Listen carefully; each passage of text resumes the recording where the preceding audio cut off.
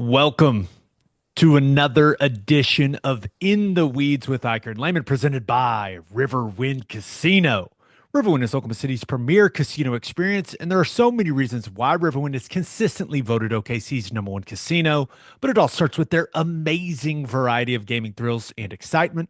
Riverwind's beautiful, award-winning environment plays host to more than 2,800 of the latest electronic games with a huge selection of table games, including blackjack match roulette, and Teddy's favorite, craps. No matter what your game, Riverwind has it in spades and hearts. And to learn more about their gaming promotions and entertainment options, all you got to do is visit riverwind.com. Riverwind Casino, good times, great rewards. Oh my gosh, we get to break down plays from a win. Exciting times. I'm so excited. Please subscribe to the YouTube channel. Hey, we're closing in on 25,000 subscribers. Please help us get there if you're not subscribed already. And if you really like this, you can give us a super thanks down this way. Ted, how about we look at some key plays from OU's beatdown of Alabama? Can't wait. Let's look at this is a run early in the football game for the Sooners. So first thing I want to point out is we have 21 personnel on the field. And I like to continue to explain those types of things on here. So 21 means two backs and one tight end. So you've got Xavier Robinson right here. That's one running back. You've got Taylor Tatum. That's two running backs. Those make up the two in the personnel grouping. And Bauer Sharp here is your tight end. He makes up, if I can draw, he makes up the one. So when we say 21 personnel, that's what we mean. Two backs out there. Rarely do you get running back and fullback anymore, Ted, which is what 21 personnel used to be. Yep. Yep. The good old days. The good old days, back when you were playing ball. But we'll take a look. The first thing I like about this play from Joe John Finley, and this was something that we talked about coming into this game, he starts Xavier Robinson in the slot into the boundary and motions him into the backfield, which you can see Jahad Campbell. It forces movement and communication from the defense head. This is why we always talk about the importance of shifts and motions and how they affect the defense. And you see clearly Bama having to adjust their call because Xavier Robinson is now motioning into the backfield. So let's take a look what the concept is once he gets back there. First of all, let me say this. And this is why it's why you see so much of it, but as an offensive coordinator, you have to build this stuff in. When you go back and watch the play, we have one guy. All we do is line him up in the slot and motion him back in. So imagine if they just started with him right there and ran the play. It's the same thing, but they just start him in the slot and motion him back in. And watch how many guys for Alabama's defense has to move. We move one guy, and they move four. So four guys have to get to a new spot, a new area. There's communication going on. It's too easy not to put in. And actually, let's take a look at the defense first. The reason so much communication is going on is they're bringing pressure. Mm-hmm. And Ted, obviously you understand this better than I do, but when the picture changes and you have pressures called, you have to communicate now, hey, is the pressure still on? Who's coming? Who's not? There's a lot of nonverbal or verbal communication that has to take place there for a defense.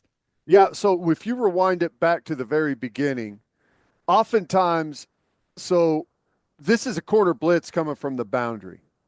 And a lot of times, if there's a slot receiver lined up there and you've got that corner blitz called, now he's no longer going, and the guy that's lined up on the slot receiver is going. So, and I don't know if that's what they were going to do and he just didn't have time. But when that motion goes away, now that is off and the corner is back on. That's typically how it's done.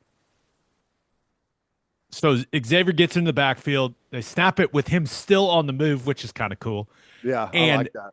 but it is it's getting to one of the core concepts that we've seen from this team this year.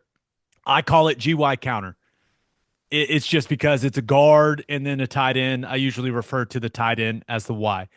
And it's to the open side. So you get this double team or deuce block from the right guard and the right tackle back to the backside backer. You're getting a back block from Troy Everett at center.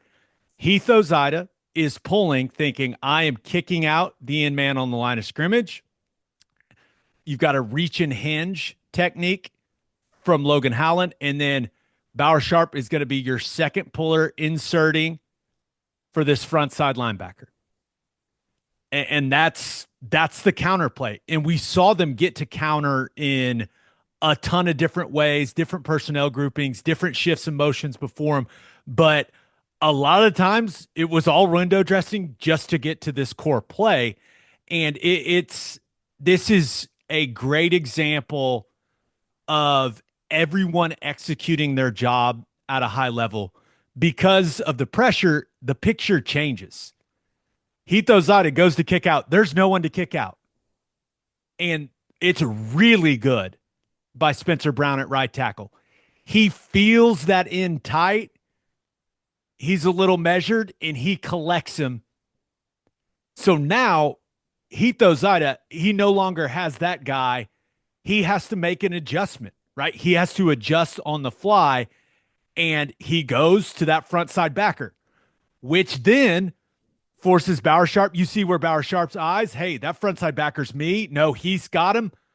Hey, now I'm going to the backside backer. That is excellent by Spencer Brown. It's excellent by Heath Ozaeta. It's really good by Bauer Sharp. Those are guys, hey, the picture changed. The guys we were targeting are no longer where we thought they would be, or we're switching responsibilities, but we get a hat on a hat and we sort it all out. Because Spencer Brown takes Ozaeta's guy, which means Ozaeta's got to go get a different guy. He goes for Bauer Sharp's guy. Bauer Sharp says, oh, well, he's going for my guy. Let me take the guy who originally Fabechi Wiwu and Spencer Brown were double teaming to. Hat on a hat. And that, my friend, is a massive, massive gaping hole. Yeah. And a cool little wrinkle, a little RPO action on it as well, Ted. Yeah, I was looking at that. You know, it looks like Kearney's just going up to block the safety. But is this just like a flat option? Is that all it is? I think just looking at it, Jackson Arnold has his eyes on Deontay Lawson right here, right? Mm-hmm. And my guess is they're anticipating him going with Taylor Tatum. And they're going to hand it off if he does. I'm guessing the coaching point was, hey, if for whatever reason he spikes it downhill, then you can just throw it into the flat to Taylor Tatum because he'll be uncovered. Yeah, and I guess Kearney knows that whenever he gets a cat blitz, they're going to be giving it, I guess, and he's just going up to block. I don't know. I'm sure they talked through it, but it could be it looks like an RPO. It's effective, even if it's not. If he just has his eyes on that guy to make him think, hey, I might throw this in the flat. That's what you're going for. The intention is to create the effect, right? Yep. But it looks like, yeah, is it possible that if Lawson comes to play ball downhill right now that he could just flip it out to Tatum? Sure. I like the fact that he handed it off. I know that. Yeah. And like when you think about like, well, how does it get this wide open? Well, it is an atrocious angle by the corner where he's blitzing. Like when not only the corner and then the guy coming from the field as well. Like if he just gets a little flatter, I mean, that's a 3-yard tackle for loss right there. Well, the guy from the boundary is like so far up the field. I don't know where he's going. As soon as he sees its run, he needs to shut it down and try and get down to the line of scrimmage and affect that thing. And I mean, they're just in trouble numbers wise with everyone washing down, and it's a great play call for what they were in. It really is. It's a really nice job by Bauer Sharp. The adjustment, we've been critical of his blocking, and he's had some tough moments, but this is not one of them. This is really good. Adjusting on the fly, finishing on a really good player in Jahad Campbell. And then I love this little hand fighting for big Xavier Robinson. No, don't grab me. Stop it. Don't Punching do it it. away. It's good. Yep, really I good mean, stuff. I love that play design. Really cool. Really really cool. cool stuff. And Joe John Finley and this staff, man, you go back and you watch a lot of these run concepts. There's some really creative stuff, man. Yeah, It's fun you to mentioned it. watch. That the block by Spencer Brown is excellent. Because he's going down hard, but then he sees movement and he slows and says, "Oh, you want to come inside? I'll just gather you and pull you down." That's really good. Yeah, because the last thing, like, now that guy, that's his gap. He's got to get inside, That's right? right. I mean, they're Yep. bringing the pirate to the boundary because of the corner It's like cat. you can even see him kind of like, "Come on in. Yeah, hey, I know you're supposed to come here, so come on in, I'll buddy. help you." Here's your invitation. You But get a plus on the grade sheet. yeah, if it's just a really well executed play. Honestly, it's one of the best executed runs of the entire season, and it's one of my favorite runs of the entire season because of the adjustments on the fly. Yeah, That's just that's like high IQ, high football IQ stuff. I mean, awesome. Heath Ozaeta could just stop and go, "Oh no, where'd my guy go?" No, he just he goes and plays ball. Bauer Sharp makes the adjustment. Hey, giant 77's running at my guy. Let me go block someone else. It's just smart football, You got a good block by Zion Curry. Did he grab his face mask? Maybe. He maybe did. We'll chalk that up as physical play. Hey, look at the freshman mixing it up. But really good from Xavier Robinson, not letting him grab him. And I mean, how many extra yards right here when he hits his hand away, Ted? I mean, he's getting extra 10, Yeah, 15, yeah. 10? Yep. It's a good looking athlete right there, man. Yep. Really is. Nice shove. All right, let's take a look at Kip Lewis's Kip six. What'd you call it? The skip six? Well, because he skipped over that Oh, we'll pretty get to that. bad effort by Jalen Milroe. Let's break it down. But first, All you tailgaters, listen up. We are now officially in the premium conference of college football, and you expect a premium product on the field and on the grill. That's why you need Didier Ranch's steak burgers to take your tailgate to the next level. Proudly raised in Oklahoma for over 120 years, premium beef this good is hard to come by. Go to DidierRanch.com. That's DIDIER ranch.com. Use promo code Oklahoma15 for 15% off your order. Didier Ranch. Tradition plays better and tastes better. first thing to point out on this play is 2nd and 11, and you're up by 2 touchdowns. That's where you want to be as a defense. They're behind the chains, and you got a big lead. Yep. Yep. And, this is it's interesting trips into the boundary, and this can really mess with how you line up as a defense, depending on how you decide to play it. But we play it pretty traditionally right here. I guess you have a little bit of a flip responsibility between the cheetah and the corner to the strong side of the field. But everything else is really good. Quarter, half. So you've got half field to the field. So you got a hard flat player and a half field safety over the top. And into the boundary, you're playing quarters. So those two players on the outside have deep responsibility. On the outside, two receivers, Danny he's hook off number 3. So he's inside the number 3 receiver. And then Kip Lewis, anytime. So like whenever you think over here, you have half field with the safety over the top and the corner is the flat player. You always have to account for the flat. You can draw. Remember, we discovered you can draw. That's right. Sorry. Don't be nervous to draw. You can Yeah. do it. Anytime you've got guys vacating these areas here, as deep quarter players, there's a huge open flat area. So you have to account for it. And right here, it's this player. And since he's lined up inside, it's it's a buzz responsibility where you have to turn and run and get out here and get underneath number one. Remember, this guy's going to come up the field and be gathered by the corner. This guy, if he comes up the field, he's going to be gathered by the safety. And if the number three guy comes in, he's going to be gathered by Stutzman. So you have to get out and help because this area is easy to just throw and catch.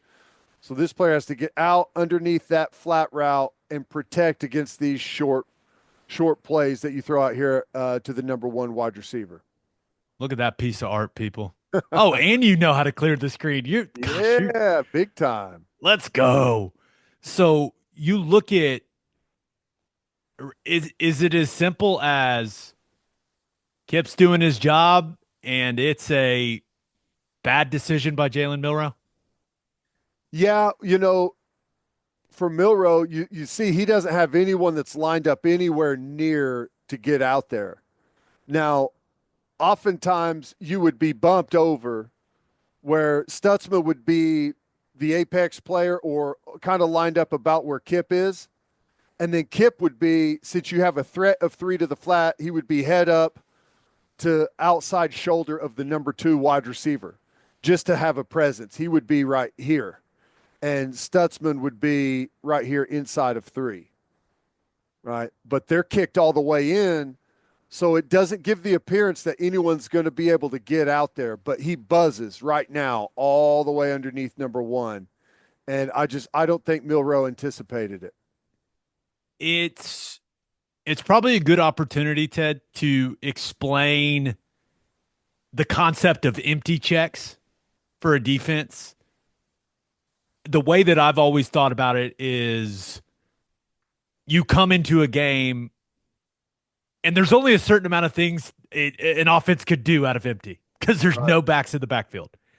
And you come in with a couple of empty checks depending on formation or maybe even personnel. And when you get empty, you automatically check to a handful of things depending on what the situation or what the formation is. Yeah. It just depends. Oftentimes when you go empty and you've got a quarterback like this that can run, there'll be automatic stunts up here, that you're trying to eliminate some gaps and, try and defend the run a little bit better with just four guys because you're going to be bumped out of the box. It can be an automatic blitz. Oftentimes, if you've got empty, there's maybe a automatic blitz from the field, right? Or from the number three side. They're just going to bring pressure right there right away. It can be any number of things. It can be a coverage. It can be, just a tagged call to the front. And it typically changes week by week. I wonder if he just didn't see him right here. Yeah, because he's kind of hiding behind number three. I wonder if he just never saw him. I don't really care, but I'm glad he didn't see him. Yeah. Look All at right, Ted. trying to go get a block. You are a sprint technique expert. What do you think of what we're getting from Kip here? I really like it. So whenever you see it, one of the things you're going to see is as his feet come down, no negative energy. He's clawing at the ground back this way. His foot's coming down. It's coming backwards before he even makes contact with the ground. Really good stuff. Good lift. He's got a long stride too. And this is why you named it the Skip Six. Yep. In all seriousness, what is Jalen Milroe doing? I don't know. Did he get frozen? Did he think he was going to cut back? I have no idea. He tries to kick it. Let's not forget, number 4 in white is one of the best athletes on the planet. And that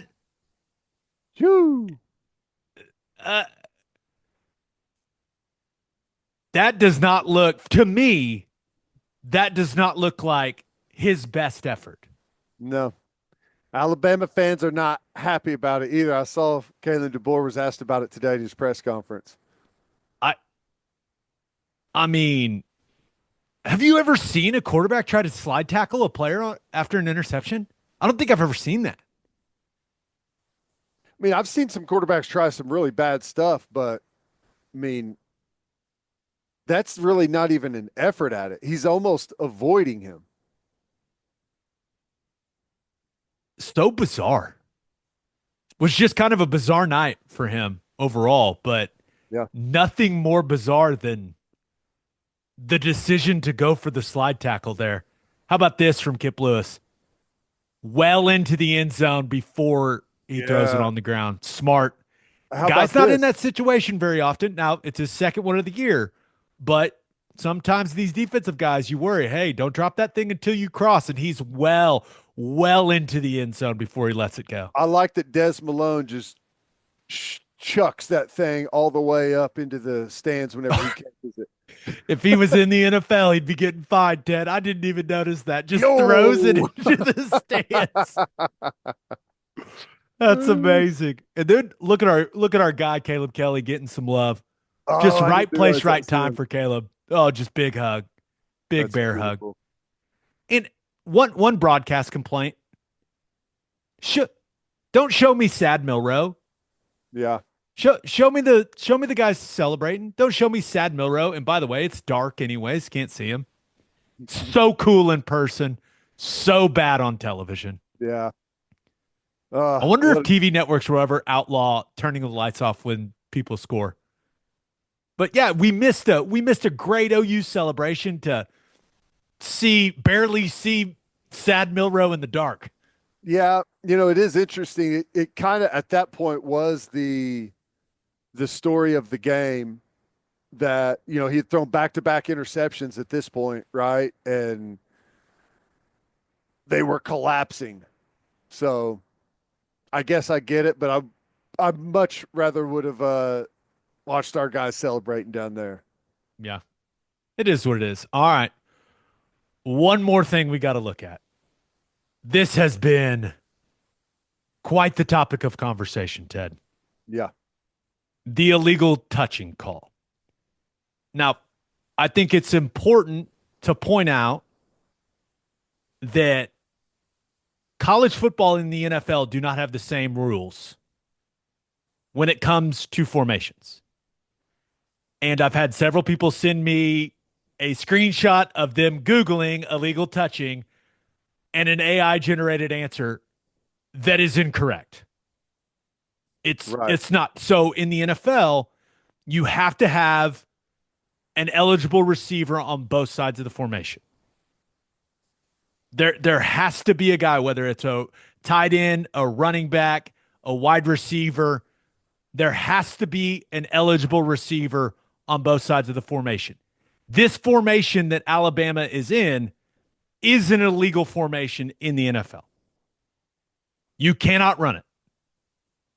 Now, it's not an illegal formation in college, which is why you see this formation pretty regularly in college football. Teams like this formation to move the pocket and kind of in some situational passing game.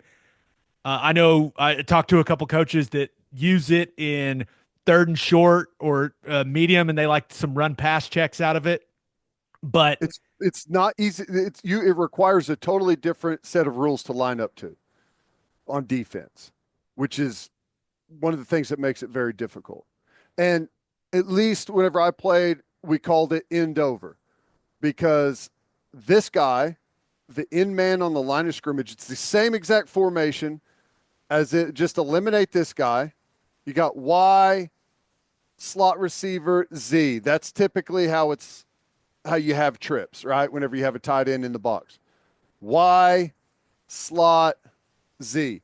X receiver is always away from the Z receiver and away from the tight end over here, right? Whenever you go end over, you just take the end man on the line of scrimmage and he comes over, and he is now on the ball over here. That is all that's happened. So Now, the tight end is the ineligible receiver. correct. So why did they call illegal touching? Let's go through some theories. Because as you look at it right now, and Ryan Williams makes just an unbelievable catch, Crazy. it should not be illegal touching with the way that it looks right here. Now, there are a few things that are possible, I suppose. And I sent this play and this screenshot to a dozen college football coaches, including 3 offensive coordinators, Power 5 offensive coordinators. And I said, help me understand why they would call illegal touching on number 2. And every single one of them said they got it wrong. Yeah, they did. Which, we'll take it. But well, what do you think? Let's just go through some theories. Like, what do you think? What I think happened is, you got to remember, it's 4th and 3. You see the play clock is at 1 down here. You see that?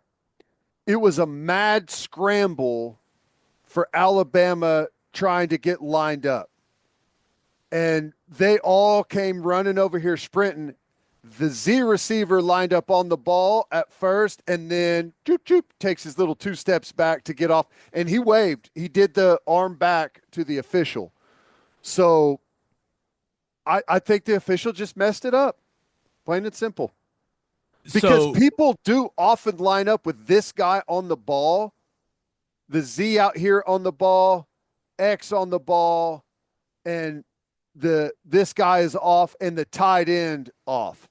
And then you'll see, pass plays where the inside guy that's covered just does the little bubble backwards, right? And you get the downfield, however they want to run their routes. And this guy just bubbles up because he can't release downfield. So maybe they had run that earlier and he thought that's what it was going to be again and just made a mistake. Usually, wide receivers, if they indicate with their arm, and you see it all the time, whether they're on or off, usually they get the benefit of the doubt from the official. Right. But in this case, I guess because if number 3 here, if this outside wide receiver number 1 here was on the ball and then got off the ball and indicated, and the ref didn't see it, then that's a good explanation. I've heard some people say possibly this tackle is. Venables told me tonight on the coach's show that they indicated that he was off the ball. And his helmet didn't break the waist of the center. I mean, I honestly believe that's a cover your ass conversation. Okay. Let me go back real quick. Let me show you something. You remember how that left tackle looked? Look at the right tackle. Yeah, he's way further back. I mean, he's almost level with the off the ball. I curved it a little bit there, but yeah. I mean, like I said, I think that's a cover your ass. Like, we messed it up. Let's try and make something up on the fly. That's how it feels. But hey, once again, we'll take it. Now, let me also say this, because I've heard a lot of conversation, and I know Herb Street was saying it during the broadcast, that the flag came out late. Well, there's a reason the flag came out late. Now, remember, it's the wrong call, okay? But he doesn't throw the flag late because there's not a penalty yet. There is no penalty. Still not a penalty. Still not a penalty. Still not a penalty. There's not a penalty until right now, where you have an illegal man downfield. and then it's not illegal touching until he touches the ball. Oh my That's gosh. why What a catch. it's crazy, dude. It is crazy. Definitely in and definitely holds on to the ball. But that's why the flag was thrown late because it's not a penalty until the ball is thrown downfield and you have an ineligible downfield. Wrong call. And then he touches it, illegal touching a forward pass. Wrong call. But the procedurally, he threw the flag at the right time if he hadn't messed up where the guy was lined up. Eli Bowen is in great position right Great. He there. goes right up through the pocket, too. Right up between the arms, right there. Crazy. Unbelievable play. It would have made it 24-10.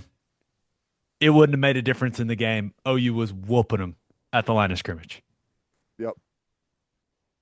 But sometimes you get a break, man. We're due one. Please subscribe to the YouTube channel. If you really like this, you can go ahead and give us a super thanks down this way. But other than that, we'll see you next time here on In the Weeds.